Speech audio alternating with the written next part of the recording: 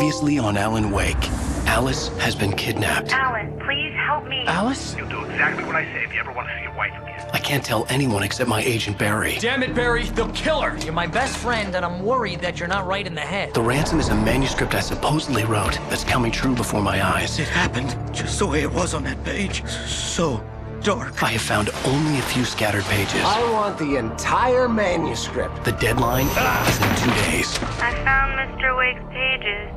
Good girl. Help you folks? Name's Randolph. I'm the manager. We're looking for Rose. Works as a waitress down at the diner. Rose, sure. Nice girl. Who wants to know? I'm Alan Wake. The writer, huh? I heard on the radio you were visiting. Well, I'll show you her trailer. That Rose, she's a nice girl. Always pays her rent on time. As I was saying, Al, I found all sorts of weird stuff from the local newspaper's archives. This place is crazy. Disappearances, mysterious deaths, urban legends come true, and get this, most of this stuff takes place around Cauldron Lake. Well, you ain't wrong, mister. The Indians thought the lake was a doorway to the underworld. I'm the God-fearing type myself. I don't hold with that sort of thing. Yeah, okay. Anyway, there was an island there owned by a guy called Thomas Zane. Now, some of the articles I found about him make him out to be a famous writer, but I ran a bunch of searches, couldn't find a single thing he wrote. Zane was heavily into diving, so much so that the place came to be called Diver's Isle. But the volcano under the lake erupted in 1970, and Zane went down with the island.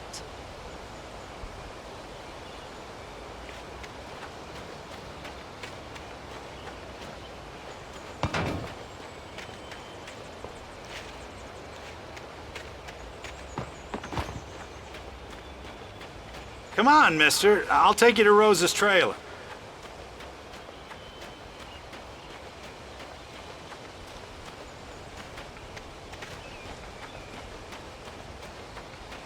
Just follow me. It's not far.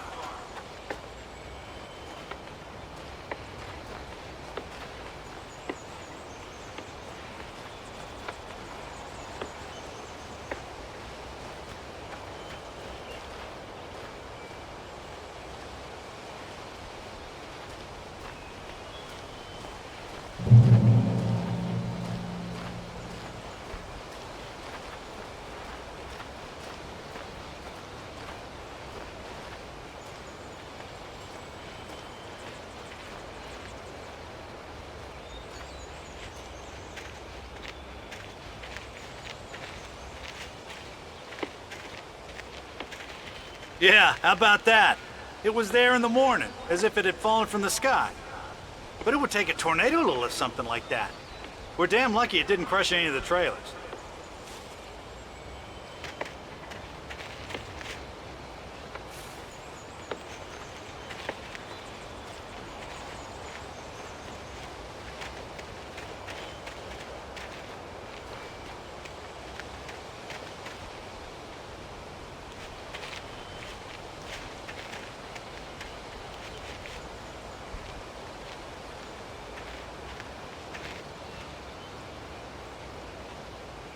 It gets better.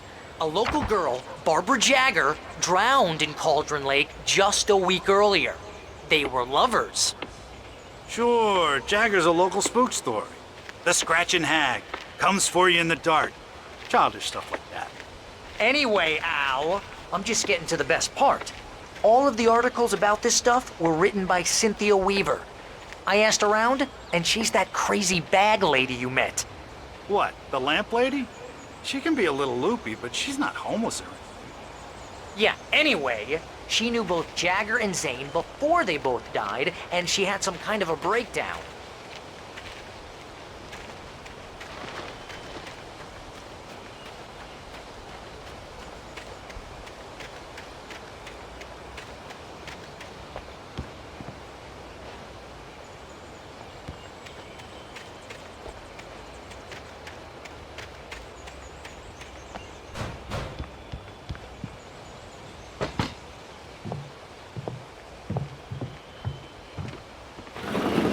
Welcome to Oh dear. Mr. Wake. I'm so glad you're here. Rose, you have my manuscript? Oh. Oh yes. Yes. Please, come in. Hey, this is really good. Rose, Yes, my manuscript.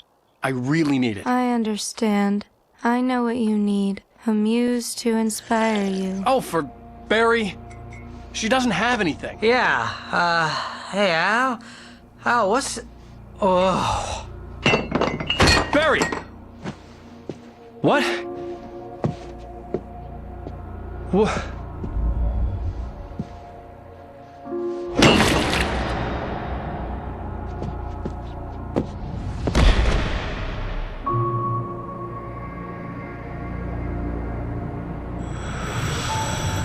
It's coming for you, hiding in my barber's skin. I'm too weak to stop it. You must turn the lights on. I promised I'd come visit you and your lovely wife. You must finish what you started. I insist. You must turn the lights on. Turn the light on. Back to work, boy.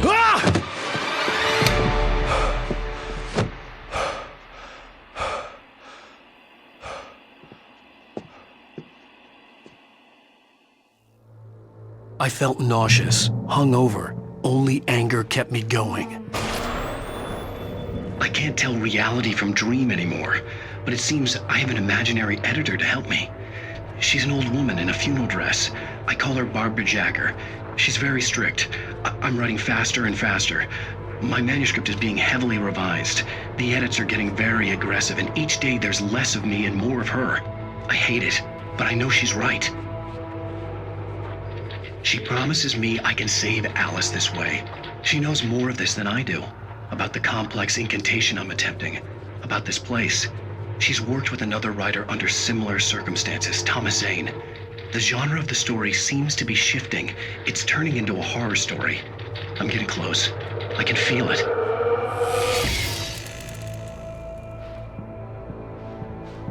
Rose took a day from me. I had less than 12 hours left to meet the kidnapper.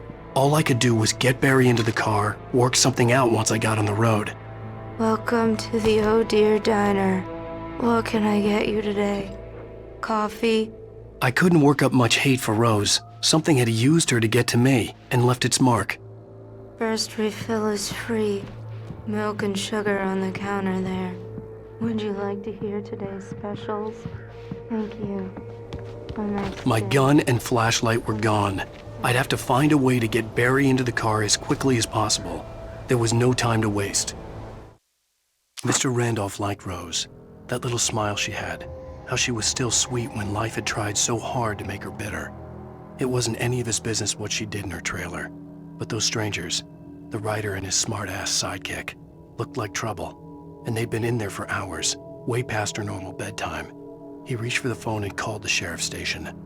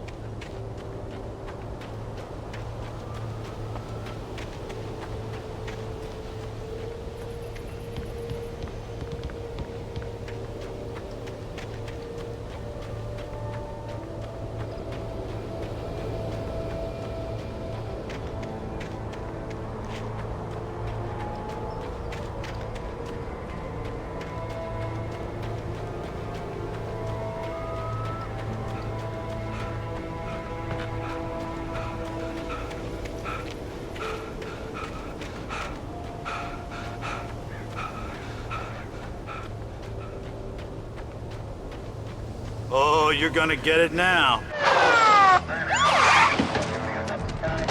God knows what you've done to that poor girl. This is Agent Nightingale, FBI! Get him up, Hemingway! You're under arrest! You move a muscle, I'll unload right in your goddamn face! Stay right where you are, Spillane!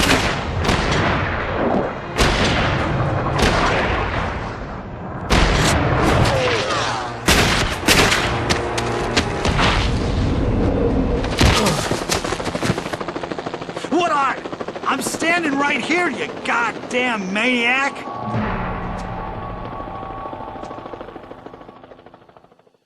I hated to leave Barry behind, but there was no way I'd miss my appointment with the kidnapper. Give it up, Mr. Wake. Come on. Make it easy. Get after him. Don't let him get away. Move it, move it, move it. I'll have your shot if you let him get away.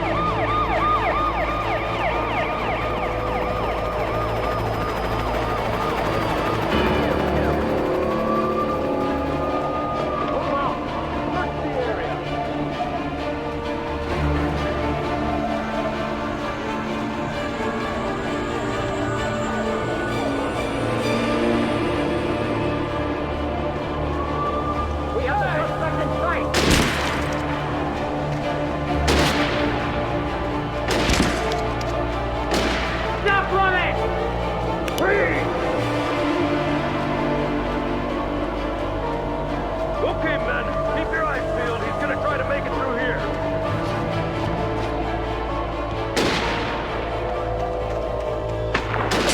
Oh, damn. This way, go! Go! Stop! Stop the way! Keep an eye out!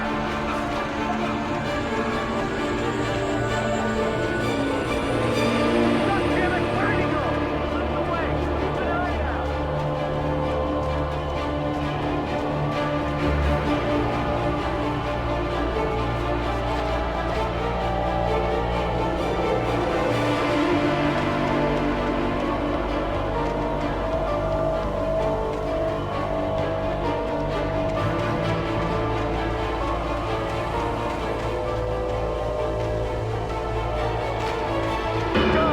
Come on, guys. We need to head him off. For decades, the darkness that wore Barbara Jagger's skin slept fitfully in the dark place that was its home and prison. It was hungry and in pain. It dreamed of its nights of glory when the poet's writing had called it from the depths and given it a brief, terrible taste of power and freedom. The rock stars had stirred it from the deep sleep the poet had sunk it back to in the end. When it sensed the writer on the ferry, it opened its eyes.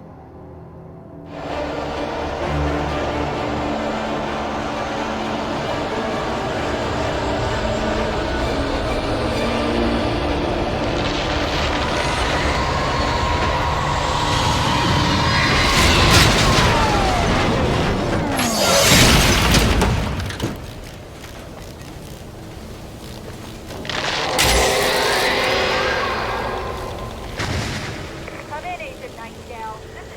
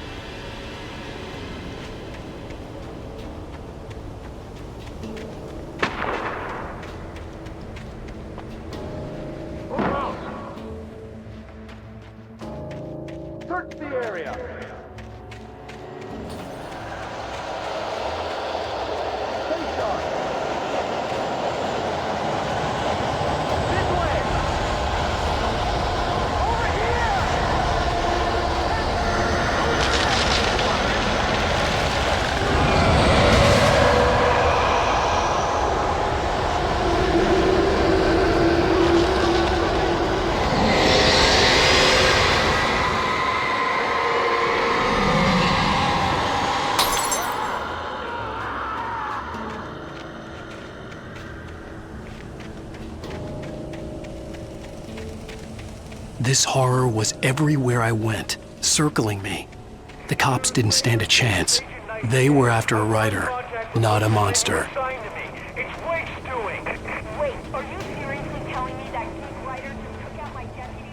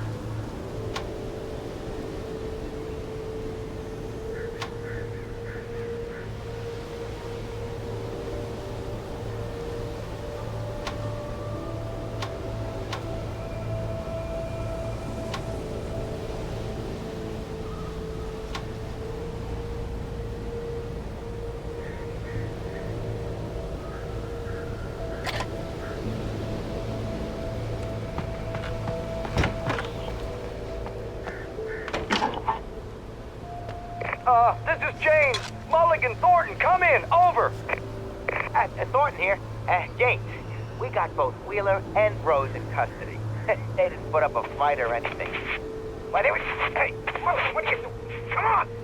Sit down and give me that. Jane, Mulligan here. Over. Go ahead, Mulligan. Over. We got Wheeler and Rose here. Wheeler's drunk or hopped up on something. Speaking of which, that Fed had a pretty distinctive whiff of Otis Scotch about him, if you know what I mean. Over. I don't have anything on that, Deputy Mulligan. Over. Well, whatever. Anyway, Rose is just being plain weird here. You better get Doc in to take a look at both of them. Over. Gotcha. You better get them here quickly. The, Fed's gonna want to interview Wheeler. Over. Oh, yeah, I bet he does. Looks like they have a lot in common. Mulligan out.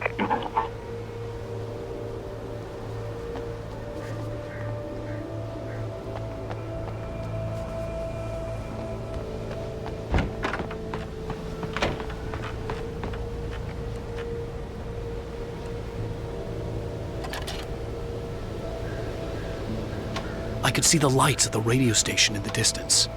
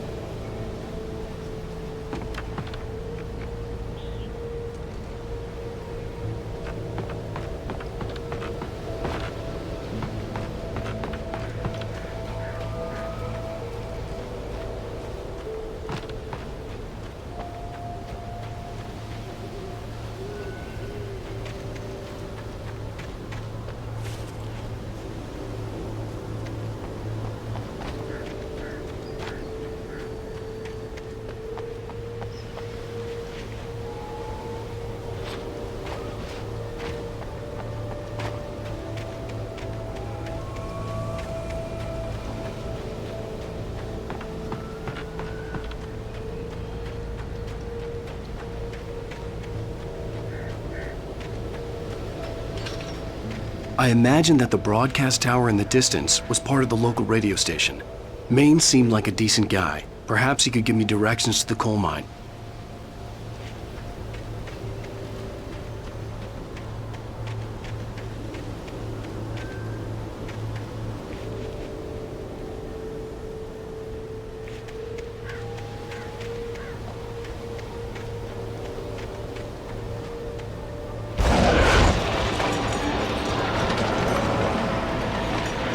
Unnatural shadows clung to the gate. The darkness that was after me was trying to stop me. I wouldn't get through without a light.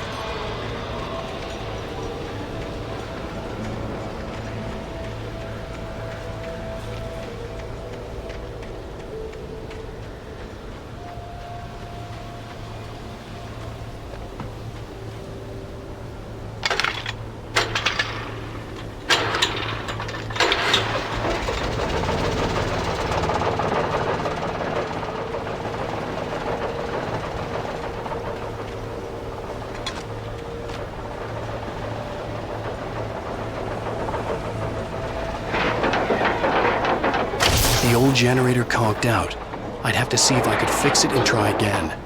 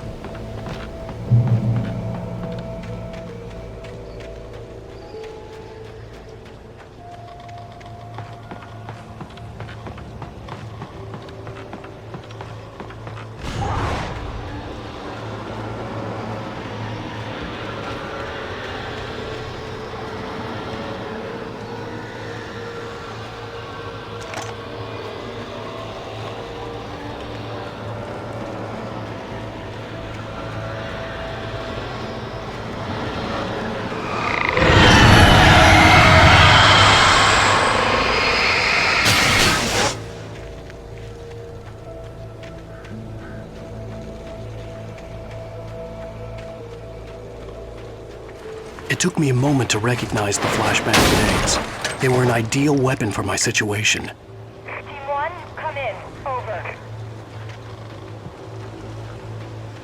Team 1, this is Sheriff Breaker. Report. Over.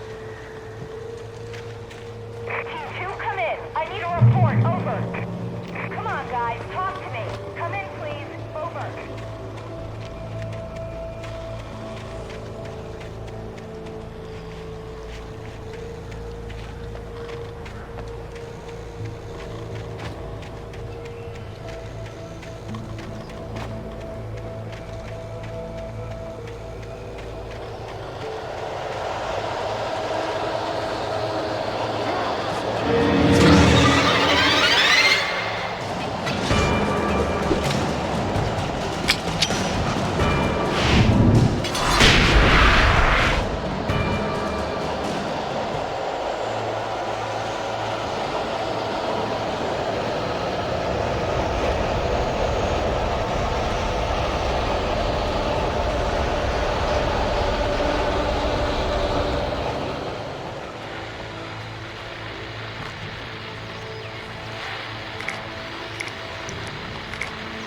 And here's another call.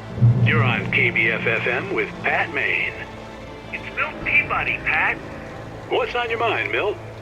Well, I live near the trailer park, Pat, and there's a big ruckus going on over there. Well, that's just up the road from me, too. What's going on, do you know? I don't know, but there's a bunch of police cars there, lots of sirens, a helicopter buzzing around, and I think I heard some gunshots. Gunshots? Yes, sir, like from a pistol. So can you find out what's going on? Because it's just next door and they're popping off guns there. They're still shooting? No, it was maybe 10-15 minutes ago. It sounds serious, Pat. I'm telling you, it don't sound like no party. Well, I'm certainly going to give the station a call, Milt. Okay. You'll hear it here as soon as I hear from them. Okay, thanks.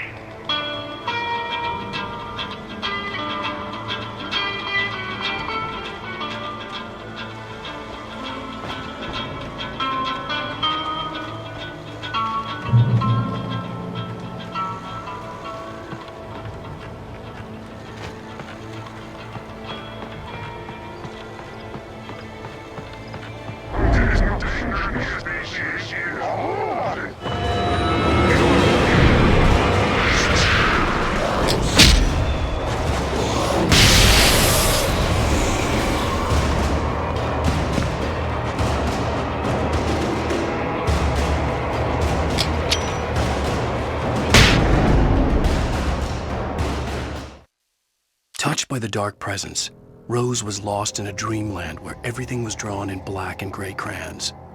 The old lady had promised her that all her wishes would come true. She would be Alan Wake's muse. She was smiling so hard it hurt her face. She crushed a bottle full of sleeping pills into the coffee. Deep down inside, she was screaming in terror.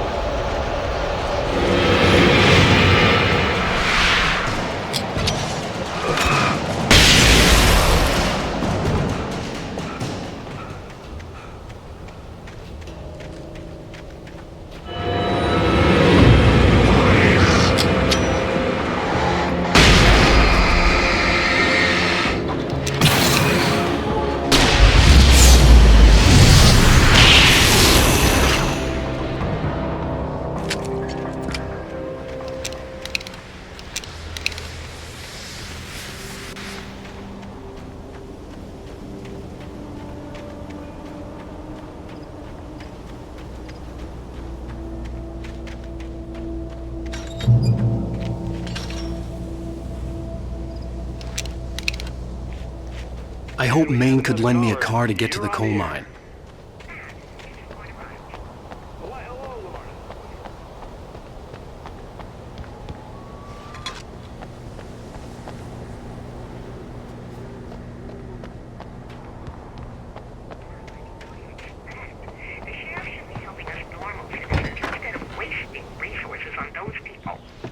Well, Let the trash sort themselves out. I'm sorry, but my granddaddy settled in Bright Falls in 1911.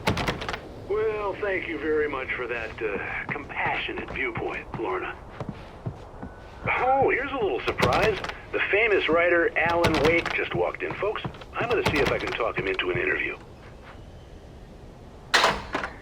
Come on in, Mr. Wake. Oh, I'm so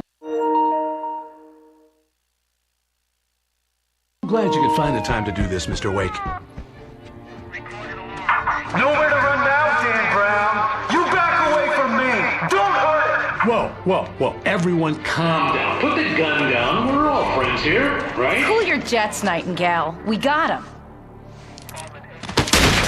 Judas Priest! What the hell's the matter with you? There's a civilian in there.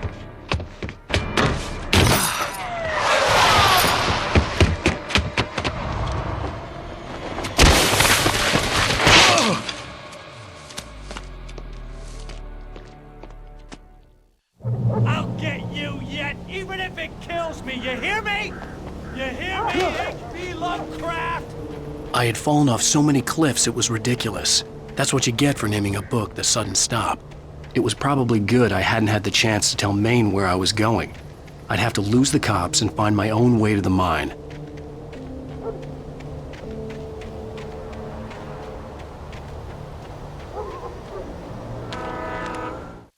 Nightingale stared through the broken studio window into the dark woods. He turned around, started to walk out, but Maine grabbed his arm. "Young man, you almost shot me. You don't shoot off rounds at people like that. What's the matter with you?" Nightingale shook his arm free, marched out. His cheeks burned with rage and humiliation.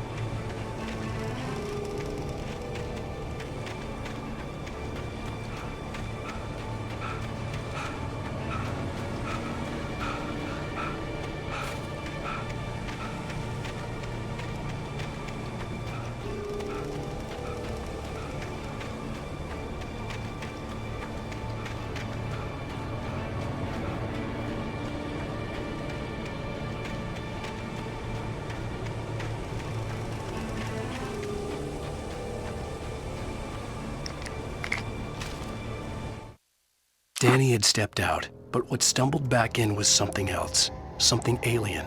A monster. Walter tried to kill it, first with his fists, then a chair. It wouldn't die. Instead, it kept coming, unaffected by the beating it had taken. After Walter managed to kick it down the cellar stairs, fear took over. He ran, got behind the wheel, gunned the engine. The booze wouldn't make him forget, but he knew he had to try.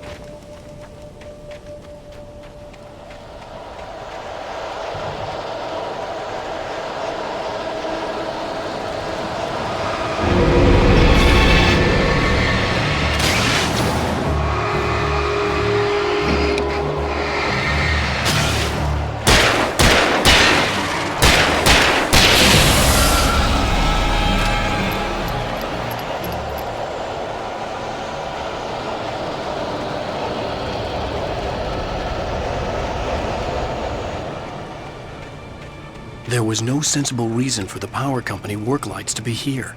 It was almost as if they'd been left for someone like me to use.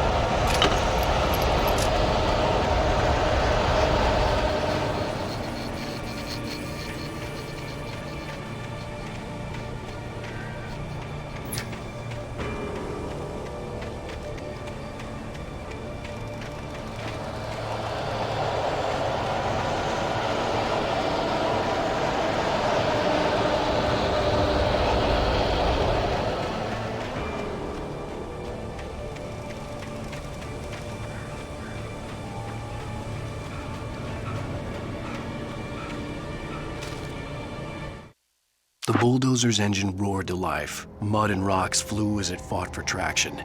It crashed through the concrete wall and landed heavily in the yard. If it were an animal, it would have shaken its head after the impact, fixed its eyes on me, and charged. Of course, it had no head, nor eyes. Shadows crawled on its form, twisting it into a monster. Then, it came for me.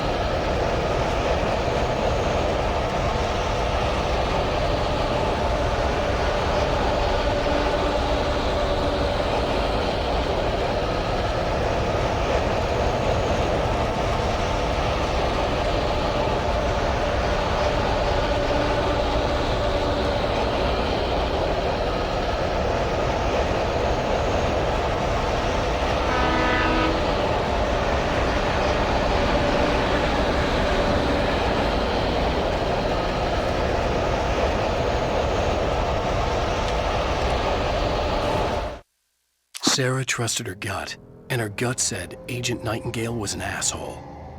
He felt wrong, and it wasn't just the smell of stale booze. It was in the way he flashed his badge, pulled rank, the look in his eyes when he wanted answers.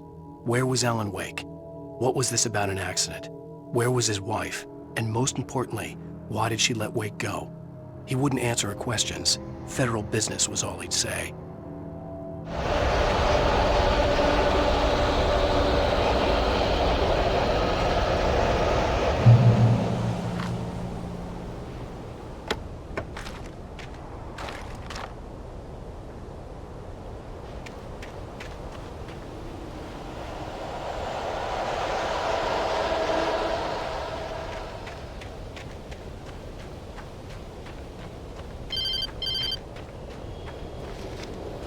Hello? The most stubborn man I've ever met. Alice? Alice? Alan. I'm so afraid. He keeps me in the dark. Please help me. I look at you, Alan, and it's not you. Something else. Looking out from behind your eyes. Alice, I'm here. I'm so alone here. It's all gonna go to hell. You need to be careful. Cooperate. The connection had been terrible, but that wasn't the only thing that hadn't been right with the call. She sounded wrong somehow, but she had called me. The pipe wrenched itself loose from the bridge's steel framework. Wrapped in darkness, it floated in midair, twitching. For a moment, I didn't understand what I was looking at. The heavy object lurched at me with impossible force. I threw myself out of the way, but just barely. When I turned my flashlight on it, it shook in a dark rage before it flew at me again.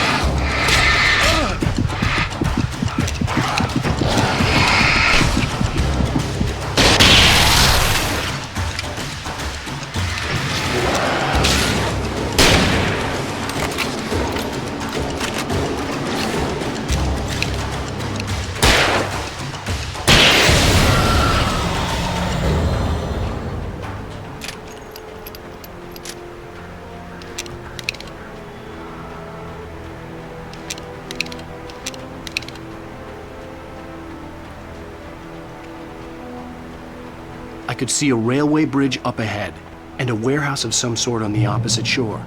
I hoped I could find a car from there.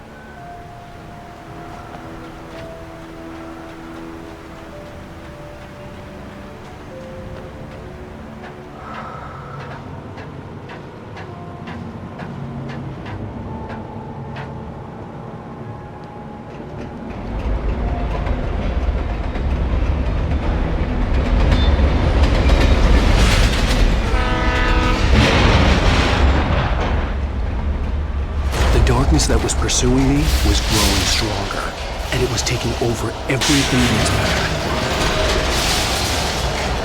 What the hell?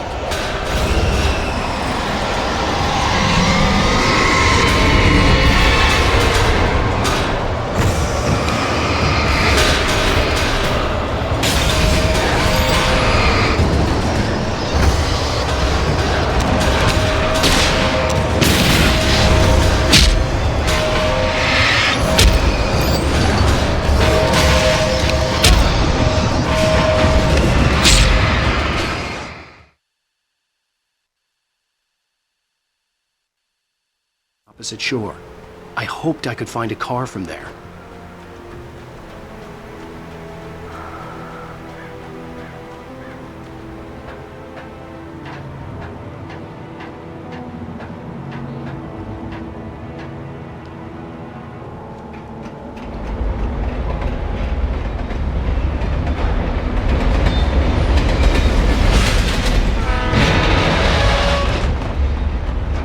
The darkness that was pursuing me was growing stronger, and it was taking over everything in its path.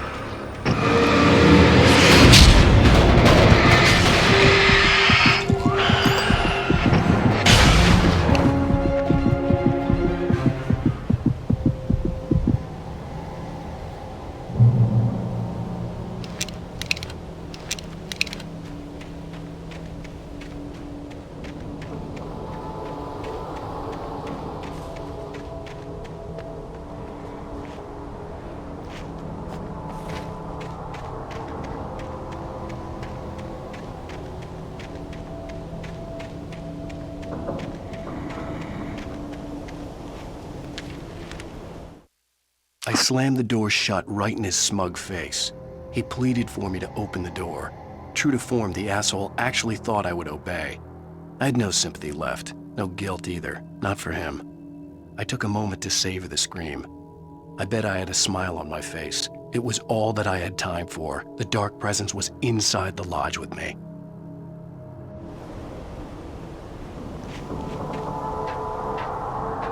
As a teenager, just starting to get interested in writing, Stephen King had been a source of inspiration to me.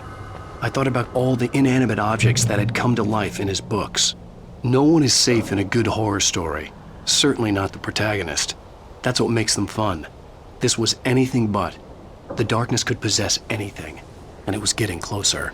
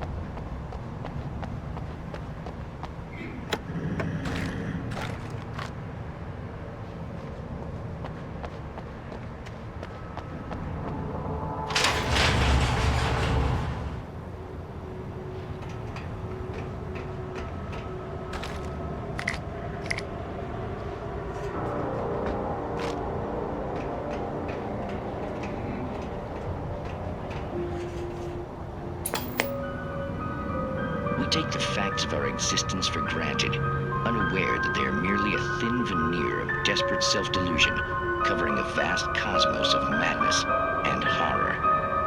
All too often, the stars are right. In Night Springs. Tonight's episode, A Family Occasion. Journalist Alvin Derlis' trip to study the local customs of an insular community in Night Springs has been less than successful. Until tonight. Well, I'm glad you changed your minds about this. Ancient customs, local mythology. My editor loves this kind of stuff. Well, Mr. Derlith, we don't want to feel like we're on exhibition, but you have demonstrated the seriousness of your intent. Oh, I am serious. Really, just do your thing. I'll stay out of your way and observe. Actually, I thought you could assist us. I'm afraid we are a man short. It would provide you with an intimate perspective. Could I really? Of course, Mr. Derlith. Well, I guess that's the least What would I have to do? Oh, here. Let me show you with a kiss.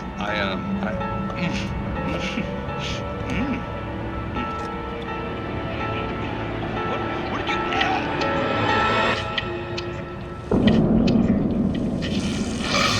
Oh, Mr. Derlith, you have well pleased Nixie Perka, the dweller in flesh. Your body shall host his 1,000 young, and all shall be glory.